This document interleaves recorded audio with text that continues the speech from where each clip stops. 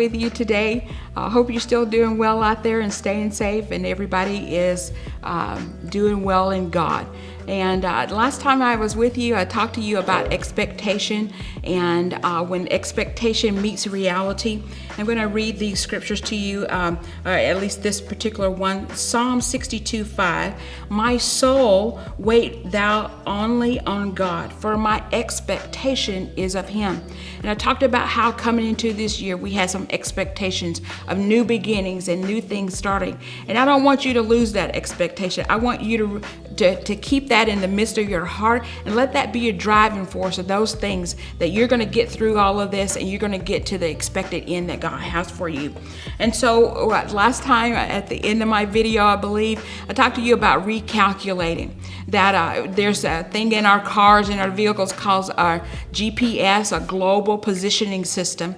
And what that GPS is doing is getting us from one place to another destination.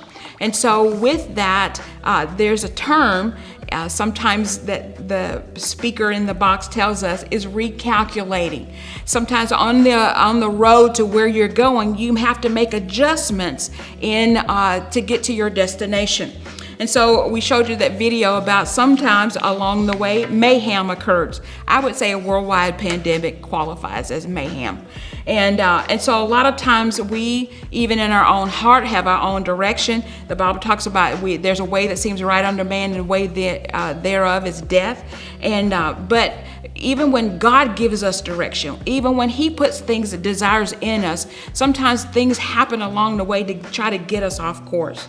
And so what does recalculate mean? It means to modify, to reset, to adapt, to change. So coming into this year, you might be going one way, but now you're finding that you're having to adapt and change and do things a different way. So what's involved in recalculating or modifying, resetting, adapting, and changing? Well, one, with my when the GPS in my car was just spinning and spinning and arguing with me and sent me into a barricade almost, I had to stop and reset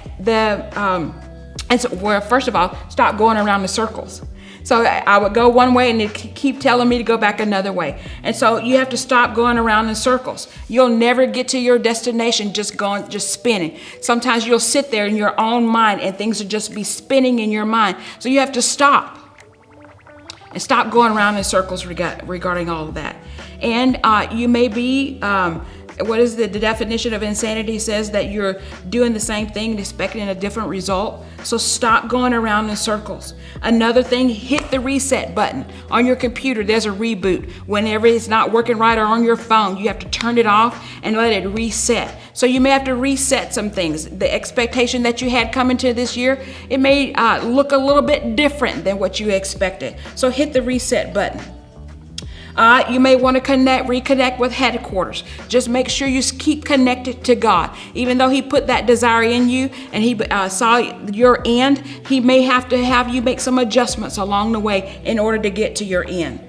And restart the journey. Don't abandon what's in your heart. God put that in your heart, so don't abandon it. Don't abandon that desire. Don't abandon what he's told you to do. You may have to reposition yourself to get there. And the scenery might be different. There may be different people involved, but he still has some things out ahead for you.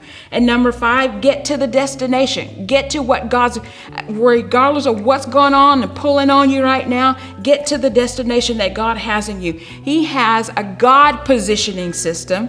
And even though in the natural is a global positioning system, God has a positioning system to get you where you need to go. And so recalculate. Again, in Jeremiah 29:11, been using that a lot lately. For God knows the plans that he has for you, plans to prosper you and not to harm you, plans to give you a hope and a future. And some people might say, well, I'll just leave it up to God. God's in control. I'll just leave it up to him. You can't leave up to him what he's left up to you. And he put that desire in you, and your faith in God will get you to your expected end. Amen. I love you. God bless you. Thank you.